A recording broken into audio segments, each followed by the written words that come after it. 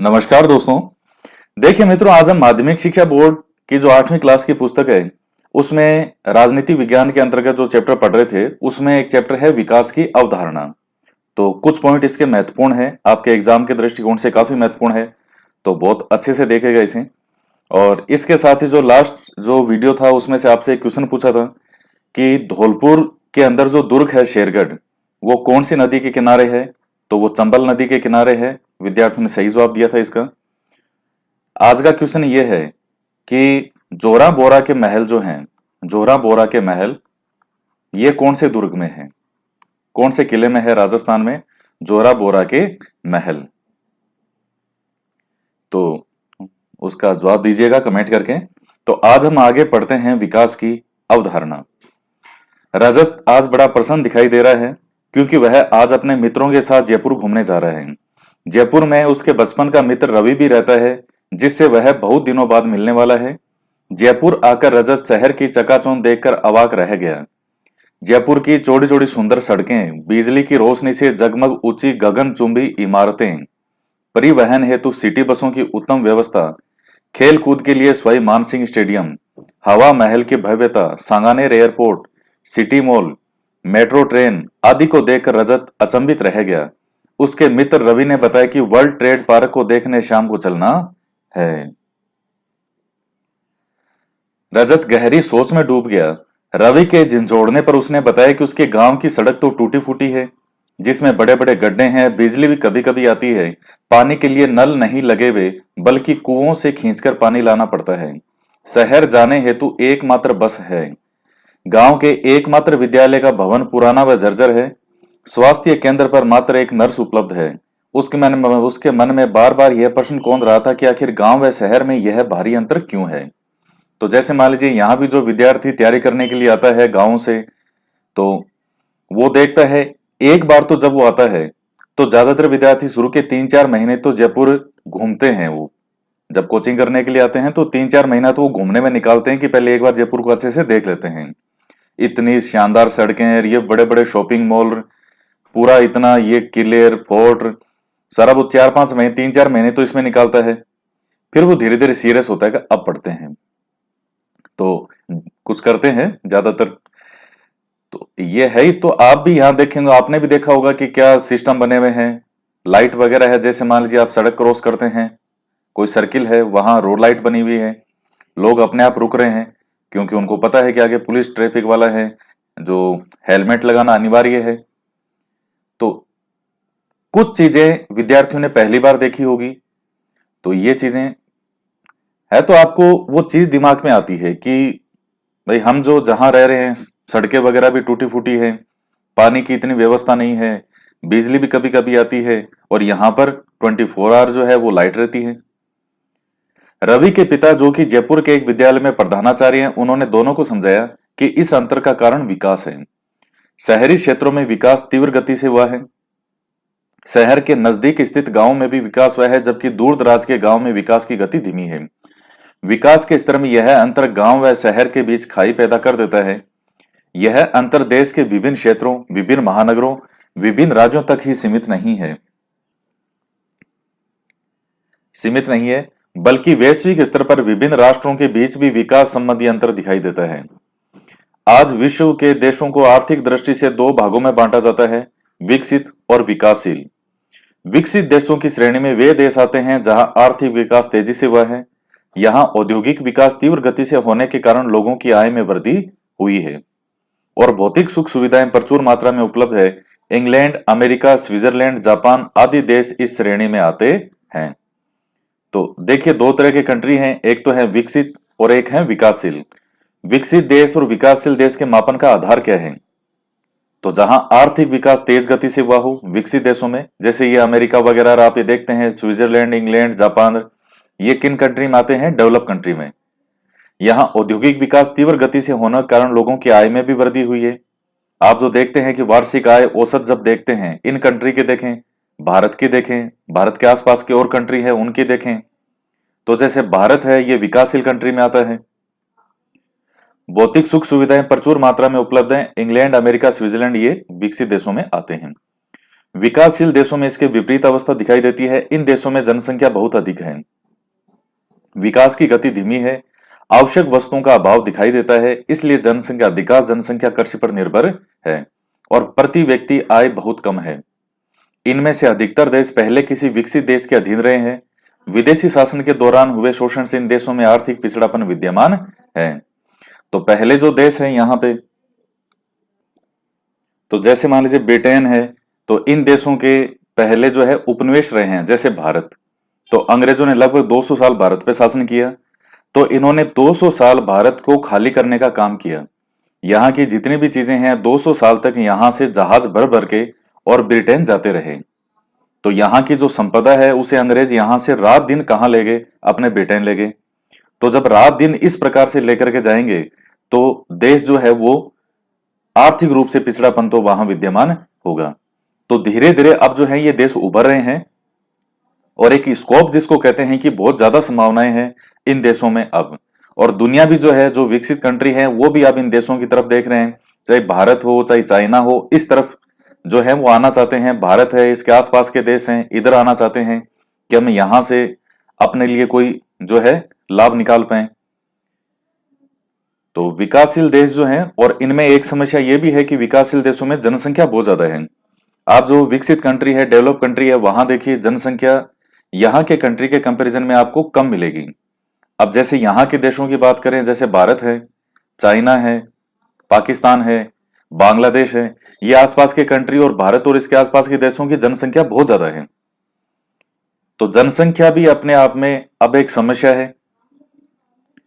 तो ये चीजें हैं। तो अपने पिछड़ेपन से उबरने के लिए ये देश प्रयत्नशील हैं, इसलिए इन्हें विकासशील देश कहा जाता है। जैसे भारत है, ब्राजील है, इंडोनेशिया है, ये किन कंट्री में आते हैं? विकासशील देशों में आते हैं। अब आता है आर्थिक विकास। विकसित और विकासशील देशों के अंतर से हम आर्थिक विकास के अर्थ को समझ सकते हैं। परंपरागत धारणा में आर्थिक विकास एक ऐसी स्थिति है जिसमें कुल सकल राष्ट्रीय उत्पाद जो है 5 से 7% प्रति वर्ष की दर से बढ़ता रहे, जैसे जीडीपी है, और आजकल जीडीपी काफी चर्चा में है। इसके साथ ही उत्पादन व रोजगार संरचना में इस प्रकार परिवर्तन हो कि उसमें कृषि का हिस्सा कम हो जाए और विनिर्माण क्षेत्र यानी औद्योगिक क्षेत्र की बात कर रहे हैं, और सेवा क्षेत्र का हिस्सा बढ़ता जाए, और बढ़ावा है भी। जो आपने जैसे लास्ट जो हमने चैप्टर वगैरह आपने देखा है कि पहले जीडीपी के अंदर किसका था? एग्रीकल्चर सेक्टर था जब भारत आजाद हुआ था उस समय की। और आज की स्थिति यह है कि जो सेवा सेक्टर, जो सर्विस सेक्टर है, और जो इंडस्ट्री औद्योगिक क्षेत्र, इनका हिस्सा जो है वो जीडीपी में कहीं अधिक है एग्रीकल्चर के कंपैरिजन में। अर्थात कृषि के स्थान पर औद्योगिकीकरण की गति को तेज किया जा सके। तो ये कुछ आर्थिक विकास के मायने बता रहा है ये, कि कैसे आर्थिक विकास है, किस तरह से मापन किया जाएगा। तो क्या कह रहे हैं कि आर्थिक विकास से मतलब 5 से 7% प्रति वर्ष की दर से जो है आपको क्या बढ़ता रहे? जीडीपी बढ़ता रहे। तो ये है, ये वर्ल्ड ट्रेड पार्क है, WTP, जयपुर में उसकी तस्वीर दी है इन्होंने बाहर से। किंतु समय के अनुसार आर्थिक विकास की संकल्पना को पुनः परिभाषित किया गया है। विकास की नवीन अवधारणा में आर्थिक विकास का मुख्य उद्देश्य गरीबी, बेरोजगारी और असमानता का निवारण रखा गया है। अब यह माना जाने लगा है कि यदि देश में गरीबी के स्तर में कमी आ रही हो, बेरोजगारी का स्तर कम हो रहा हो और आर्थिक असमानताएं कम हो रही हो, तो निश्चित रूप से देश का आर्थिक विकास हो रहा है। कब? किंतु समय के अनुसार आर्थिक विकास की संकल्पना को पुनः परिभाषित किया गया है। पहले आर्थिक विकास क्या था? केवल जीडीपी को मानते थे कि जीडीपी क्या है और बाकी इनका सर्विस सेक्टर और इंडस्ट्री का बढ़ता रहे जीडीपी में। विकास की नई जो नवीन अवधारणा है, इसमें क्या है? आर्थिक विकास का मुख्य उद्देश्य गरीबी, बेरोजगारी और असमानता का निवारण रखा गया है।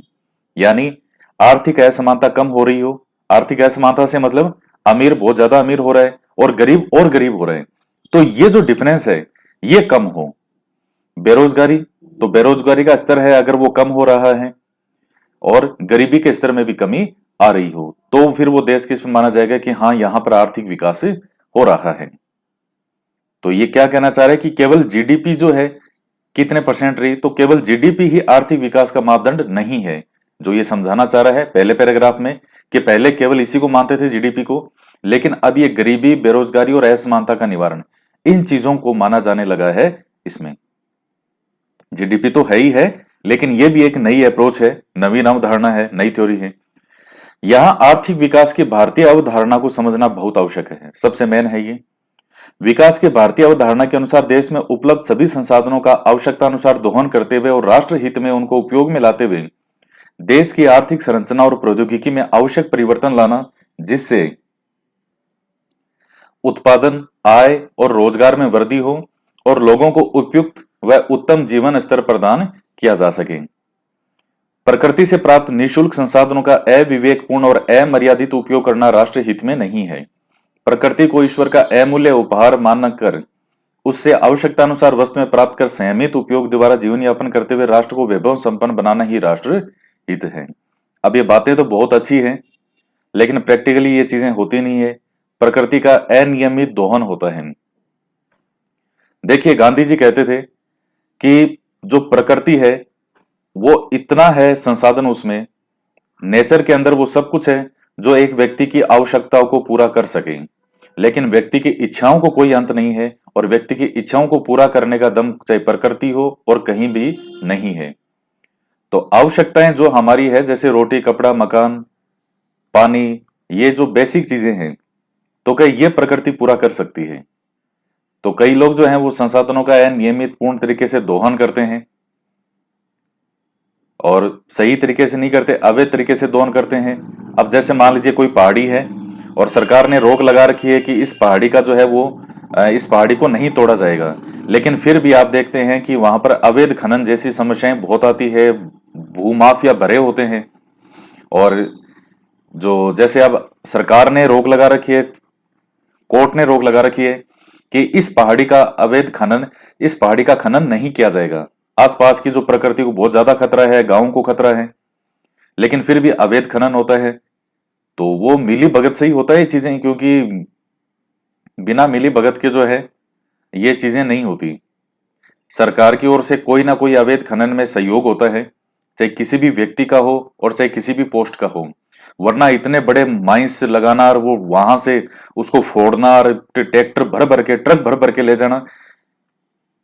एक मारवाड़ी में, एक हिंदी में कहावत है कि ऊंट की चोरी छिपे छिपे नहीं होती। ये जब कोई ऊंट चुराना चाहे और वो कहते कि मैं सबको मालूम भी नहीं चलेगा और मैं ऊंट चुरा लूंगा, तो ये संभव नहीं है। तो यहां से इतने बड़े स्तर पे जब ये चीजें होती है तो कहीं ना कहीं मिली भगत होती है। तो इस तरीके से जब तक ये नहीं होगा, अब जैसे मान लीजिए यहाँ एक उदाहरण दूं आपको, जयपुर के अंदर फ्लैट सिस्टम बहुत चल रहा है और खूब फ्लैट हैं। अब यहाँ ऐसी ऐसी स्थिति है कि जो बहुत ज्यादा पैसे वाले लोग हैं और वो जयपुर में रहते भी नहीं है, बाहर रहते हैं, वो बाहर बिजनेस करते हैं। उन्होंने जयपुर के एरियो में फ्लैट जो हैं 80-80 लाख, 1-1 करोड़ के फ्लैट खरीद के और रख रखे हैं। कोई उनमें रहता नहीं है और चूंकि उन्होंने इतने इतने पैसे दे दिए, इसलिए इनके आसपास की जगहों की डिमांड भी बढ़ गई, जबकि ना तो ढंग से पानी तक की सुविधा नहीं है, ऐसी ऐसी जगह है। लेकिन अब इनकी वजह से जो आदमी 25-30 लाख, 40 लाख तक अपना एक घर खरीदना चाहे कि मेरा यहाँ पे घर हो, वो अब संभव नहीं है उसके लिए, क्योंकि वो पैसे नहीं दे पाएगा इतने। जिसको आवश्यकता है वो ले नहीं पा रहा और जिसको आवश्यकता नहीं है वो पैसा लगा लगा के और इस तरीके से खाली फ्लैट छोड़ रहे हैं। और ऐसे सैकड़ों नहीं, हजारों फ्लैट आपको यहाँ जयपुर में मिल जाएंगे जो खाली पड़े हैं, उनमें कोई नहीं रहता, लेकिन वो लोगों ने खरीद खरीद के छोड़ रखे हैं। अब जिनको आवश्यकता है वो ले नहीं सकते क्योंकि रेट बढ़ जाती है उनकी। हालांकि अब तो जो सरकारी योजनाएं चला रही हैं कि सही रेट पे, सही उचित रेट पे फ्लैट जो है वो सबको मिले। आर्थिक विकास को सफल बनाने के लिए आज हर देश प्रयास कर रहा है। विश्व के विकसित और विकासशील देशों में आर्थिक विकास की होड़ लगी हुई है। विकासशील देशों में व्याप्त निर्धनता, बेरोजगारी और आर्थिक असमानता को समाप्त करने के लिए आर्थिक विकास आवश्यक है। वही गरीबी, बेरोजगारी और आर्थिक असमानता को समाप्त करने के लिए आर्थिक विकास आवश्यक भी है। दुनिया में भय, भूख और भेदभाव की समाप्ति और अंतर्राष्ट्रीय शांति और सुरक्षा की दृष्टि से भी आर्थिक विकास आधुनिक युग सबसे महत्वपूर्ण आवश्यकता है। आर्थिक विकास का संबंध पिछड़े हुए देशों से भी है जहां पर साधनों का विकास और उपयोग नहीं हुआ है। तो आज आप देख लीजिए कि कई जो राज्य ऐसे भी हैं, भारत में भी ऐसे राज्य हैं, जैसे अब बिहार है। तो बिहार के अंदर इतना, मतलब आप समझ लीजिए, मौर्य साम्राज्य में कभी राजधानी रही है पाटलिपुत्र, यानी आज का पटना। वहां का लोहा, इतना जबरदस्त लोहा निकलता है, कोयला निकलता है, और वहां से इतना लोहा और आसपास निकलता है कि उस लोहे के दम पे मगध साम्राज्य ने पूरे भारत पर शासन कर लिया था। और बिहार की क्या स्थिति है, गरीब राज्यों के अंदर आता है, बहुत बुरी स्थिति में। तो ये तो पिछड़े हुए देशों की बात कर रहा है, मैं भारत के संदर्भ में राज्यों की बात कर रहा हूं। तो जहां पर साधनों का विकास और सही रूप से उपयोग नहीं हुआ है। तो आज भी कई कंट्री ऐसे हैं जिनमें संसाधन हैं, लेकिन उनके पास टेक्नोलॉजी इतनी नहीं है कि वो अपने संसाधनों का सही प्रयोग कर सके। तो आर्थिक विकास बहुत जरूरी है। और अब जैसे मान लीजिए आपकी भी जेब में अगर पैसे हो, अगर आप कोई काम करते हो तो स्थिति अलग होगी। और अगर मान लीजिए आपकी इनकम का कोई सोर्स नहीं है या पैसे आप नहीं कमाते, तो जो फैमिली में घर में है वो लोग भी रेस्पेक्ट नहीं करेंगे कि पैसे तो कमाता नहीं है। तो बहुत सी चीजें होती है। और मेरा ये मानना है कि हर व्यक्ति को कम से कम 6 महीने के लिए, कम से कम, चाहे उसको आवश्यकता नहीं भी हो, कोई ना कोई प्राइवेट काम लाइफ में जरूर करना चाहिए। और वहां भी वैसा प्राइवेट जहां लोगों से ज्यादा मिलना जुलना हो। तो वो चीज जो आप 6 महीने या 1 साल कभी लाइफ में ऐसा काम करते हैं, तो वो आपको दुनिया की एक, जो क्या कहते हैं, नॉलेज, दुनिया की परख, क्या दुनिया है, उस चीज की परख करवा देगा। तो मेरा मानना है कि हर व्यक्ति को, युवा को, चाहे उसको आवश्यकता नहीं भी हो, चाहे उसके पास पैसे हो, घर वाले पैसे दे रहे हो, फिर भी कम से कम 6 महीने के लिए कहीं ना कहीं प्राइवेट जॉब करनी जरूर चाहिए, जहां लोगों से ज्यादा मिलना जुलना हो। तो उसके बाद जब आप लोगों की दुनिया में आते हैं, आप देखेंगे कि पैसा कमाना कितना मुश्किल है। प्राइवेट फील्ड के अंदर कोई व्यक्ति आता है तो वहां बहुत मुश्किल होता है, और मेहनत, संघर्ष, बहुत सी चीजें मांगता है आपसे वो। तो ये चीजें हैं। तो कम से कम 6-7 महीने के लिए कार्य जरूर करना चाहिए कहीं ना कहीं। अब जैसे मान लीजिए आपने किसी प्राइवेट स्कूल में पढ़ाया, 6 महीने के लिए, 8 महीने के लिए आपने जो है वो स्कूल ज्वाइन किया। तो प्राइवेट स्कूल के अंदर 4-5 हज़ार रुपए भी बहुत मुश्किल से निकाल के देंगे। वो कितने टीचर हैं यहाँ 8-8 घंटे की ड्यूटी करते हैं। और जो विद्यालय, कई बहुत सारे विद्यालय हैं, देखते हैं तो उनमें मतलब 5 हज़ार रुपए उनको महीने के मिलते हैं। और लोग काम करने को मजबूर हैं क्योंकि पैसा नहीं है। तो तब उसको एक बार प्राइवेट में पढ़ा लेता है तो उसको ज्ञान हो जाता है कि वास्तव में जी जान से सरकारी की नौकरी की तैयारी करो। तो वही है बेटर। विकास के आर्थिक सूचक। किसी राष्ट्र के विकास को मापने के लिए निम्नलिखित 3 आर्थिक सूचक काम में लिए जाते हैं। यह बहुत महत्वपूर्ण है। स्वास्थ्य, शिक्षा और प्रति व्यक्ति आय में वृद्धि। स्वास्थ्य, शिक्षा और प्रति व्यक्ति आय में वृद्धि। वर्तमान में विकास को मानव विकास सूचकांक के द्वारा मापा जाता है। तो HDI कहते हैं, ह्यूमन डेवलपमेंट इंडेक्स। मानव विकास सूचकांक में शिक्षा, जीवन प्रत्याशा और व्यक्ति की क्रय शक्ति को प्रमुखता दी जाती है। अर्थात लंबा और स्वस्थ जीवन, शिक्षा और शैक्षिक योग्यताओं में अभिवृद्धि और प्रति व्यक्ति आय में वृद्धि किसी भी देश के मानव विकास को दर्शाते हैं। यानी जीवन प्रत्याशा, ये क्वेश्चन पूछा एग्जाम में भी आता है कि मानव विकास सूचकांक में किन किन चीजों को ध्यान में रखते हैं। तो एक तो एजुकेशन है, और जीवन प्रत्याशा यानी लंबा और स्वस्थ जीवन। तो जीवन स्वस्थ केवल लंबाई होने से मतलब नहीं है कि 100 साल का जिए, हेल्दी भी होना चाहिए, स्वस्थ होना चाहिए। और बाकी जो व्यक्ति की क्रय शक्ति से मतलब है ये जो आय है, प्रति व्यक्ति आय क्या है, ये चीज। संयुक्त राष्ट्र विकास कार्यक्रम UNDP सन 1990 से प्रति वर्ष इन मानव विकास सूचकांकों के आधार पर मानव विकास रिपोर्ट जारी करता है, जो वैश्विक स्तर पर विभिन्न देशों की मानवीय विकास की स्थिति को प्रकट करती है। मानव विकास सूचकांक ये तो 2014 का दीर्घ है, 14 का है ये, तो ये तो आपके कोई काम का नहीं है। लेकिन ये इस तरह से वरीयता दी जाती है, 1, 2, 3, 4, और ज्यादातर ये नॉर्वे, यही जो है इस तरफ के वाले देश जो हैं यही नंबर 1 और 1, 2, 3 पे रहते हैं, लगभग यही। बाकी जैसे भारत है तो भारत की स्थिति कभी 127 हो जाती है, कभी 125 हो जाती है। और मानव विकास सूचकांक जो वैल्यू है वो इस तरह से ये नापते हैं, जो इस तरह से इनका मापदंड होता है। अब आता है समावेशी विकास। समावेशी विकास में समाज के सभी वर्गों को, विशेषकर वंचित, पिछड़े और सीमांत वर्गों को साथ लेकर विकास किए जाने पर बल दिया जाता है। विकास का होना तभी माना जाएगा जब उसका लाभ सभी वर्गों तक समान रूप से पहुंचे। समावेशी विकास में गरीबी की दर को नियंत्रित और विकास की गति को तेज कर विकास प्रक्रिया में सभी वर्गों को लाभ पहुंचाने का प्रयास किया जाता है। सरकार की योजनाओं का मुख्य लक्ष्य समावेशी विकास है। तो समावेशी विकास के अंदर देखिए मतलब सभी समाहित हो जाते हैं उसमें, सभी व्यक्तियों का, सभी वर्गों का हर तरीके से विकास, तो वो होता है समावेशी विकास। उसमें सारी चीजें आ जाती है, गरीबी की दर को नियंत्रित करना, विकास की गति को तेज करना, ये सब चीजें इसमें होती है समावेशी विकास में। समावेशी विकास एक बड़ा वर्ड है जिसमें विकास के लिए जो भी चीजें महत्वपूर्ण है वो सब इंक्लूड हो जाती है, तो उसके लिए एक टर्म नाम दे दिया समावेशी विकास। अब आता है सतत विकास। आर्थिक विकास एक विस्तृत और सतत धारणा है। यह आर्थिक आवश्यकताओं, वस्तुओं, प्रेरणाओं और संस्थाओं में गुणात्मक परिवर्तनों से संबंधित है। यानी सतत विकास का मतलब निरंतर विकास जो है, कंटिन्यू विकास होना चाहिए। अब जैसे आपकी गवर्नमेंट जॉब जब लग जाएगी, अभी आप रीट की तैयारी कर रहे हैं, आपका रीट में सिलेक्शन हो जाएगा, तो उसके बाद आपकी जो सैलरी है वो समय के साथ हमेशा बढ़ती ही रहेगी। ऐसा नहीं है कि 4 साल सैलरी बढ़ी फिर कम होगी, नहीं, ऐसा नहीं होगा। इस साल जैसे कुछ सैलरी है, फिर कुछ समय बाद में फिर बढ़ेगी, फिर बढ़ेगी, फिर बढ़ेगी, तो इस तरह से लगातार आपकी सैलरी बढ़ती जाएगी। आपकी पोस्ट है उसमें भी चीजें आपको कुछ अधिकार धीरे धीरे देते रहेंगे, जिम्मेदारियां बढ़ती रहेगी, गुणात्मक रूप से भी परिवर्तन होगा, विकास होगा।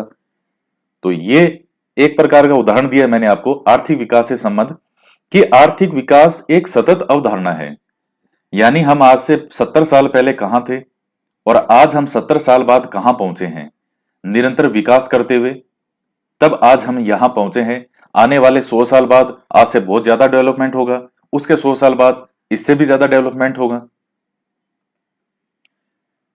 उस वक्त पता नहीं ऐसी ऐसी नई खोज टेक्नोलॉजी आ जाए। आज से 15 साल पहले, 20 साल पहले क्या कोई एंड्रॉयड फोन के बारे में ऐसे सोच सकता था कि इस तरह से कोई एंड्रॉयड फोन भी आ जाएगा? टीवी वो लाते थे, बड़े वाले टीवी, वो इतने बड़े बड़े बॉक्स की तरह, और आज के टाइम में बिल्कुल पतले एकदम आते हैं, दीवार के साथ जो है चिपक जाते हैं, ऐसे पतले पतले टीवी आ रहे हैं। तो ये चीजें जो है टेक्नोलॉजी लगातार चेंज हो रही है। अभी जैसे आज एंड्रॉयड फोन है सबके पास में, कल को हो सकता है कोई ऐसी चिप बन जाए कि इसे बॉडी के साथ ही फिट कर दो और बस आपको बस सिर्फ मुंह से बोलना है कि इस नंबर पे कॉल लग जाएगी और आपका पूरा वीडियो आपके सामने दिख जाएगा, आप पूरा लाइव देख पाओगे सामने। इस तरीके से मतलब पता नहीं क्या क्या टेक्नोलॉजी हो जाए, और होगी टेक्नोलॉजी तो समय के साथ साथ होती है। सतत विकास से तात्पर्य विकास की उस प्रक्रिया से है जिसमें भावी पीढ़ियों को ध्यान में रखते हुए वर्तमान पीढ़ी की आवश्यकताओं की पूर्ति हेतु प्राकृतिक संसाधनों का दोहन किया जाता है। सतत विकास को धारक विकास भी कहा जाता है। तो भावी पीढ़ियों को ध्यान में रखते हुए वर्तमान पीढ़ी की आवश्यकताओं की पूर्ति हेतु प्राकृतिक संसाधनों का दोहन, यानी निरंतर विकास, सतत विकास। अब इससे मतलब क्या है? तो निरंतर विकास यानी जो कंटिन्यू विकास होता रहे, विकास विकास विकास, लेकिन उस विकास में क्या कि जो वर्तमान पीढ़ी है उसकी भी आवश्यकताओं की पूर्ति हो जाए और जो भावी पीढ़ियां हैं वो उनके लिए भी जो है वो संरक्षित रहे। तो ऐसा नहीं हो कहा से, अब जैसे आपको एक उदाहरण दें कि आजकल ऊंट बहुत कम हो गए हैं। आप देखती हैं पहले तो गांव में बहुत ऊंट के टोले ही होते थे, आज भी हैं लेकिन कम ही दिखते हैं। अब आजकल थोड़े टाइम में ऐसा आ जाएगा जब ऊंट को जू में रखने लग जाएंगे और बच्चे कहेंगे पापा कैमल कैमल कैमल देखने के लिए आएंगे, कहेंगे देखो बेटा ये कैमल होता है, ये राजस्थान में होता है और इस पे बैठते हैं, ऐसे बैठते हैं। कहेंगे पापा ऊंट इतना बड़ा होता है कैमल? हाँ बेटा इतना बड़ा होता है। धीरे धीरे ये जीव लुप्त की श्रेणी में आ जाएंगे समय के साथ। तो आने वाली पीढ़ियां, अब आज जैसे आप पढ़ते हैं कि साहब पहले कभी ये जानवर होता था और आज आप केवल नाम ही देखते हैं कि ये कभी होता था, अब ये लुप्त हो गया। तो उसी प्रकार से प्राकृतिक संसाधन है, ऐसा नहीं हो कि भविष्य में आने वाली जो पीढ़ियां हैं उनको पेट्रोल, जो ये पेट्रोल डीजल हैं ये मिले ही ना। हो सकता है 100 साल बाद में पेट्रोल डीजल ही ना मिले, 200 साल बाद ना मिले कि साहब धरती का पेट्रोल डीजल जितना था वो तो आपने कर दिया खत्म, क्योंकि पेट्रोल डीजल ऐसी चीज है जिसका नवीनीकरण नहीं होता। यानी आपने एक बार इसका प्रयोग कर लिया और इसको बनने में लगते हैं लाखों साल, और उसके बाद आपने एक बार प्रयोग कर लिया, ये तो गया, ये तो बनने में लाखों साल लगते हैं और खर्च करने में 1 मिनट लगती है। तो ये चीज है कि संसाधन, जो प्राकृतिक संसाधन है, इनका दोहन इस प्रकार से किया जाए कि वर्तमान पीढ़ी की आवश्यकताओं की पूर्ति भी हो जाए और जो भविष्य है उसके लिए भी ये संरक्षित रहे। तो सतत विकास को धारक विकास भी कहते हैं। सतत विकास की अवधारणा के विकसित होने के पीछे अनेक कारण हैं। आज विकास के परिणाम स्वरूप हुए पर्यावरण प्रदूषण ने भी हमें विकास की परिभाषाओं को बदलने पर मजबूर कर दिया है। विकास के लिए प्राकृतिक संसाधनों के अंधाधुंध दोहन ने आज हमारे सामने बड़ी भारी समस्या खड़ी कर दी है। वो अभी जैसे एक लड़की थी, उसको कोई अवार्ड भी मिला था फॉरेन की, वो मेरे नाम अभी जबान पे नहीं आ रहा, कि आज के टाइम में जितना पर्यावरण प्रदूषण हो रहा है सही हवा तक नहीं मिल पा रही। वो क्या बोला उसने, हाउ डेयर यू करके, वो अब मेरा ना उसका नाम जबान पे आ नहीं रहा, उसको अवार्ड भी मिले हैं 2-4। तो वो बड़ी रातों रात पूरे विश्व में उसका नाम चर्चा में आ गया। क्यों? क्या साहब, ये आज की पीढ़ी है और ये पहले वालों से शिकायत कर रही है कि आपको किसने अधिकार दिया कि आप हमें इतने प्रदूषित हवा जो है ये आज के टाइम इस चारों ओर के पर्यावरण में रहें, हमें शुद्ध हवा लेने का अधिकार है। तो और हकीकत तो यह है कि आज कोई भी सिटी हो, चाहे दिल्ली हो चाहे जयपुर हो, हवा जो है वो शुद्ध नहीं है। तो यदि हम अपने राज्य में देखें तो खनिजों व भूमि के लालच में अरावली व वन क्षेत्रों को काफी नुकसान पहुंचाया गया है। परिवहन मार्ग बनाने के नाम पर पर्वतों को काटा जा रहा है, जिसका परिणाम हमें घटते खनिज संसाधन और मानसून की अनियमितता के रूप में भुगतना पड़ रहा है। तो पर्वतों का जैसे मैंने आपको ऊपर उदाहरण बताया था, हालांकि चाहे वो परिवहन मार्ग बनाने के लिए हो चाहे अवैध खनन हो, जो पर्वत है इनको काटा जा रहा है। प्रकृति अपना एक सिस्टम फिक्स करती है और कोई उसमें हस्तक्षेप करता है तो कभी बाढ़ आती है, कभी कुछ होता है, कभी अकाल पड़ता है, जिसका परिणाम हमें घटते खनिज संसाधन और मानसून की अनियमितता के रूप में भुगतना पड़ रहा है। आप देखते हैं कहीं अनावृष्टि है, कहीं अतिवृष्टि है, कहीं बाढ़ आ रही है और कहीं अकाल की स्थिति है। कहीं देख रहे हैं कि अरे एक तो बादल बरसे, कहीं देख रहे हैं कि हे भगवान क्यों बरसे। तो ये सब मानसून की अनियमितता क्यों है? ये पूरे विश्व के अंदर जो मनुष्यों के द्वारा कार्य किया जा रहा है, इतने परीक्षण होते हैं, कभी बम विस्फोट के परीक्षण करते हैं, कभी बेटे पानी के अंदर कुछ बना देते हैं, कभी कुछ करते हैं। धरती से अधिक अन्न उपजाने हेतु हमने उसमें रासायनिक खाद और कीटनाशकों के रूप में जहर घोल दिया है, जिससे कई क्षेत्रों में भूमि बंजर और दूषित हो गई है, जिससे भूमि से उत्पन्न खाद्य पदार्थ प्रदूषित हो जाते हैं। उनके उपयोग से मानवीय स्वास्थ्य पर तथा पशुओं पर बुरा असर पड़ता है, वे कई प्रकार के रोगों के शिकार हो जाते हैं। अब देखिएगा, अब ये चीज बहुत महत्वपूर्ण है और सरकार जो है कोई इस तरफ ज्यादा ध्यान भी नहीं देती कि जो किसान जो हैं, कई जो हैं वो अनियमित रूप से उसमें कीटनाशक और रासायनिक खाद मिलाते हैं, जो कि उनको भी पता है कि ये जहर का काम करेगी। और ये पंजाब और ये इधर की साइड देखा जाए तो उस तरफ से एक कैंसर ट्रेन जाती है, एक बार आया था चर्चा में, बीकानेर की तरफ जो है एक पीबीएम हॉस्पिटल की तरफ एक ट्रेन आती है, उसमें मरीज ही कैंसर के हैं, तो उसका ट्रेन का नाम ही निकाल दिया कैंसर ट्रेन लोगों ने। कौन से कैंसर से पीड़ित हैं? वो ही जो वहां गेहूं जो वो उत्पन्न करते हैं, तो वहां ये कीटनाशक और इनका प्रयोग करते हैं ताकि गेहूं खूब सारी संख्या में हो, ज्यादा संख्या में हो, वृद्धि हो, लेकिन है तो उसमें जहर ही। और वो एक दिन का जहर नहीं है, धीरे धीरे आप उसी भोजन को करेंगे तो आपकी बॉडी के अंदर हजारों बीमारियां उत्पन्न होगी। तो ये चीजें हैं, इन पे ध्यान देने की बहुत आवश्यकता है। आज के टाइम में व्यक्ति को शुद्ध खाना नहीं मिलता, शुद्ध फल नहीं मिलता। पहले आप प्याज लाते थे, आप भी देखते ही हैं लाइव इन चीजों को, पहले प्याज लाते थे, मुझे भी अच्छे से याद है, पहले जब प्याज की बोरी हमारे घर में खरीद के लाते थे हम, 6-6 महीने तक वो प्याज पड़े रहते थे, सूखने लग जाते थे, लेकिन वो गलते नहीं थे, कोई स्मेल नहीं आती थी, पड़े हैं धीरे धीरे सूख रहे हैं सूख रहे हैं, गलते कभी नहीं थे। आज के टाइम में लाए हुए 10 दिन नहीं होते प्याज गलना शुरू हो जाते हैं। क्यों? गड़बड़ है। फ्रूट है, आप कोई भी फल वगैरह लाते हैं, आप उसको 2-3 दिन के लिए रख के छोड़ दीजिए, तीसरे चौथे दिन उसको देखिएगा कि कितनी बुरी तरह से, बड़े अजीब तरह से होते हैं। एक जैसे ये जहर, जो इस तरह के होते हैं कीटनाशक, उनकी स्मेल आएगी आपको उन फलों के अंतर्गत। तो सरकार को इनके लिए फांसी का प्रावधान करना चाहिए। ये कोई मर्डर से कम नहीं है जो हो रहा है। खुलेआम ये जहर बिक रहा है, लोग खा रहे हैं, लोगों की मजबूरी है। इस तरफ बहुत जबरदस्त ध्यान देने की आवश्यकता है कि जो भी मिलावट करते हैं, चाहे वो खाने में मिलावट करते हो, बाहर मिठाई में मिलावट करते हो, मावा में मिलावट करते हो, या फिर चाहे कोई भी किसान इस तरीके का काम अगर वो इस तरीके से मिला रहा है, तो वो बहुत भयंकर कड़े प्रावधान की आवश्यकता है। वरना आने वाली पीढ़ियां इतनी कमजोर हो जाएगी कि एक छींक आएगी और छींक के साथ ही जी निकल जाएगा उसका। इतनी कमजोर पीढ़ियां हो जाएगी। और होगा ये तो क्योंकि जिस तरीके से हो रहा है वो साफ दिख रहा है, चाहे आने वाले 30 साल बाद में हो, चाहे 50 साल बाद में हो, स्थिति कोई अच्छी नहीं होगी इसमें। तो कई प्रकार के रोगों के शिकार हो जाते हैं। जल के अंधाधुंध प्रयोग ने कई क्षेत्रों, विशेषकर राजस्थान के मरुस्थलीय क्षेत्रों में भूमिगत जल के घटते स्तर व लवणीय जल जैसी गंभीर समस्याओं को जन्म दिया है। तो यह भी हो ही रहा है, जल का अंधाधुंध प्रयोग होता है, नल लगातार जो है वो चलता रहता है, कहीं भी खोल देंगे, पानी का दुरुपयोग होगा। पानी को संचित करने के लिए कोई ऐसी योजना नहीं है। पहले के समय में राजा महाराजाओं का समय था, आप देखते हैं कितनी बावड़ियां और कुएं कितने खुदवाते थे, ये तालाब, कुंड, बावड़ियां, कि पानी कैसा भी हो जाए, कैसा भी समय आ जाए, कैसा भी मौसम हो, चाहे अकाल ही क्यों ना पड़ जाए, पानी से कोई प्यासा नहीं मरता था।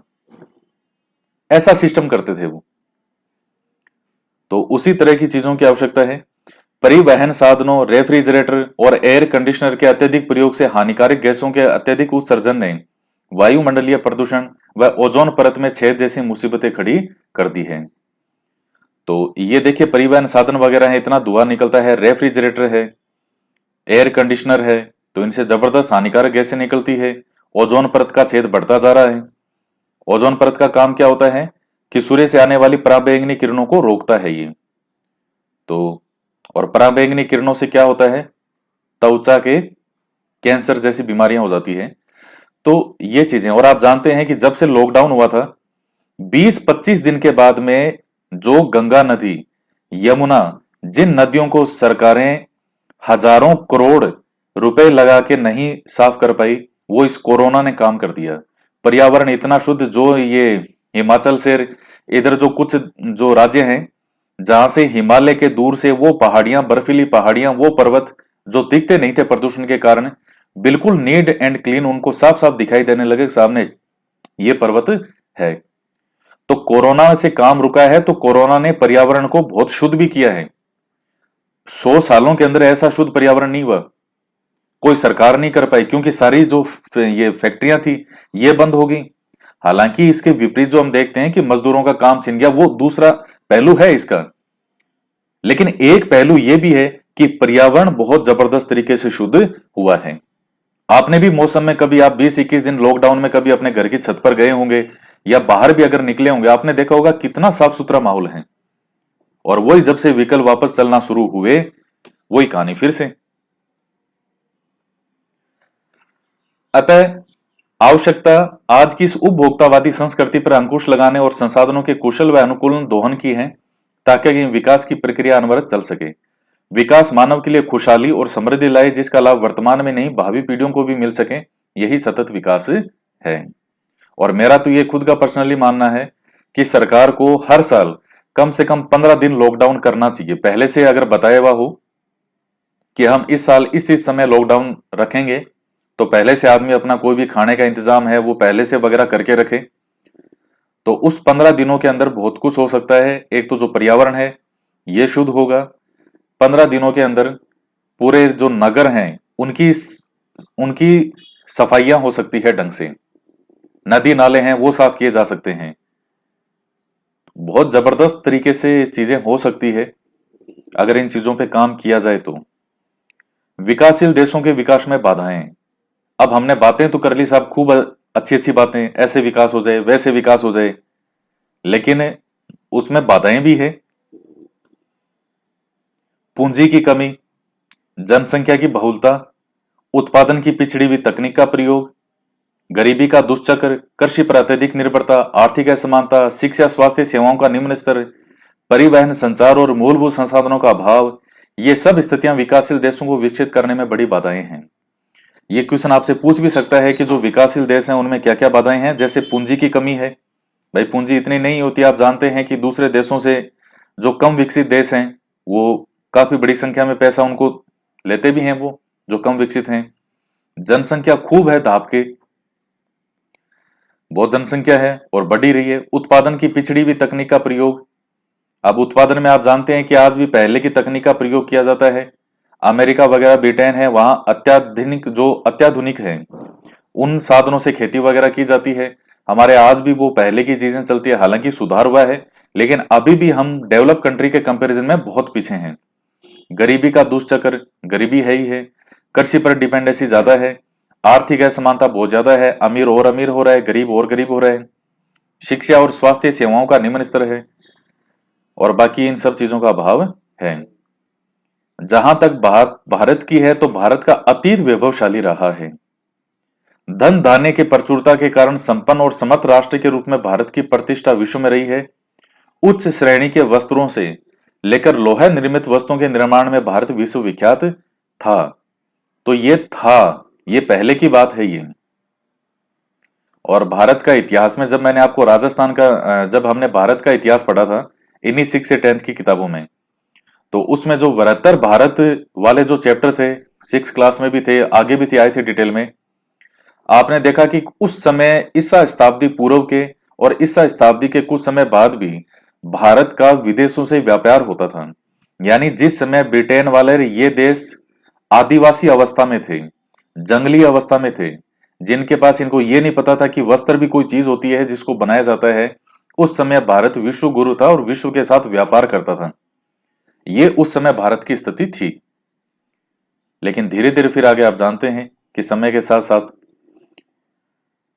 भारत आज पुनः विश्व में आर्थिक शक्ति के रूप में स्थापित हो रहा है। हमारे इंजीनियर, डॉक्टर, चार्टेड अकाउंटेंट, मुख्य प्रबंधक, व्यवसायी और प्रशासनिक अधिकारी अपनी योग्यता व श्रम से विश्व के अधिकांश देशों में प्रतिष्ठित स्थानों पर कार्यरत हैं।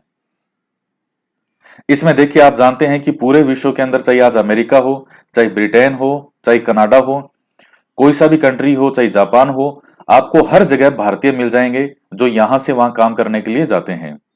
और एक चीज इसमें और ये भी है कि इन लोगों को बाहर जाने के लिए सुविधाएं वहां खूब मिलती है, ज्यादा मिलती है, पैसा ज्यादा है।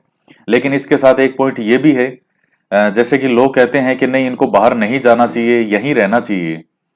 तो एक चीज कड़वा सत्य ये भी है कि जो भारत सरकार है, भारत सरकार, हिंदुस्तान कभी भी अपनी प्रतिभाओं के साथ न्याय नहीं करता। भूखे बैठे रहते हैं, कोई उनको पूछता नहीं, कितना ही बड़ा टैलेंट हो। भारत में ऐसे ऐसे विद्वान हैं जो अपने जमाने के अंदर जिन्होंने पैसे को कभी महत्व नहीं दिया और उनका बुढ़ापा इतना कष्टकारी निकला कि उनको कोई 100 रुपए देने वाला नहीं था। और जो लोग पहले तारीफ करते हैं, वाह वाह वाह वाह, क्या बात है, क्या बात है, उनमें से कोई बाद में नहीं आता किसी की सहायता करने के लिए। वो केवल बस ये बातें ही हैं फालतू की कि वाह वाह वाह वाह। तो भारत की भी एक बहुत बड़ी कमी है कि हिंदुस्तान अपने प्रतिभाओं के साथ कभी न्याय नहीं करता। हर जगह भ्रष्टाचार है, कितनी कमियां हैं। किसी व्यक्ति को रोकना हो, उसके हजारों नियम है। तो अगर यहां भी इस तरह की चीजें हो, तो अब जैसे मान लीजिए, मैं आपको व्यापार से संबंधित एक छोटा सा उदाहरण बता रहा हूं कि किसी व्यक्ति को अगर भारत में अपना बिजनेस शुरू करना हो, अब तो फिर भी काफी कुछ ठीक हुआ है। जैसे पहले का समय है, आज से 8-10 साल पहले का समय था, किसी व्यक्ति को व्यापार शुरू करना होता था, उसको अनुमति लेने के लिए, कोई फैक्ट्री लगानी है, कितने लोगों से उसको अनुमति लेनी पड़ती थी, महीनों लग जाते थे, सालों लग जाते थे, कितनी जगह उसको पैसा खिलाना पड़ता था। और बाहर फॉरेन के अंदर उसको एक पेज का फॉर्म भरना है कि आपका कितना टर्नओवर, आप क्या करते हो, अच्छा ये ठीक है, ये अप्रूव। ये चीजें मैंने लोगों की देखी है लाइव। भारत में तो भ्रष्टाचार इतना हद से ज्यादा है, मैं तो कह रहा हूं 90% क्या 95% भारत आज भ्रष्टाचार में लिप्त है। तो मेरा देश महान कहने से महान नहीं हो जाता है। और भारत के अंदर जब से जो नरेंद्र मोदी जी की सरकार आई थी, इस मामले में जरूर था कि जो व्यापार का है, फैक्ट्री लगाना है, कोई व्यक्ति बिजनेस शुरू करना चाहता है, तो उस चीज को बहुत सरल बना दिया। अब लोग भी जो हैं जैसे कहते हैं कि पहले बहुत दिक्कत आती थी, अब वो दिक्कत इस चीज में, इन सब चीजों में समस्याएं नहीं है। तो उस चीज में वो काम सही हुआ है। भारत विश्वविख्यात है, और वर्तमान में न केवल भारतीय वस्तुओं की मांग विश्व में बढ़ी है, बल्कि हमारे अंतरिक्ष अनुसंधान, प्रौद्योगिकी और विशेषज्ञों की मांग बढ़ना भी विश्व में भारत की प्रतिष्ठा बढ़ने का द्योतक है। और मैं एक चीज आपको और बताऊं, जैसे मान लीजिए कोई भी व्यक्ति आज भारत का बाहर में हो तो हम गर्व महसूस करते हैं। आज मान लीजिए ब्रिटेन का कोई उच्चायुक्त या ब्रिटेन का मान लीजिए कोई मिनिस्टर है और वो भारतीय मूल का है, हम बहुत खुश होते हैं। अरे वाह साहब, ब्रिटेन में है, अमेरिका में है, ये देखो भारतीय मूल का है, भारतीय मूल का है। तो इतना खुश अगर हिंदुस्तान उन लोगों की यहां काम करने पे होता, उनके जो पूर्वजों पे खुश होता, तो वो लोग कभी बाहर जाते ही नहीं। तो अपनों को कभी महत्व नहीं देना, ये यहां चीज रही है। अब चाहे आपको बुरी लगे बात तो लगे, सच तो यही है। आवश्यकता आज इस बात की है कि विश्व की आर्थिक शक्ति के रूप में भारत पुनः प्रतिस्थापित हो और सोने की चिड़िया जैसी पहले स्थिति प्राप्त हो। तो ये बातें बहुत अच्छी अच्छी लिखी है इन्होंने, लेकिन इसको करना है तो हमें ये जो समस्याएं हैं इन सब से जूझना पड़ेगा, इनसे उबरना पड़ेगा।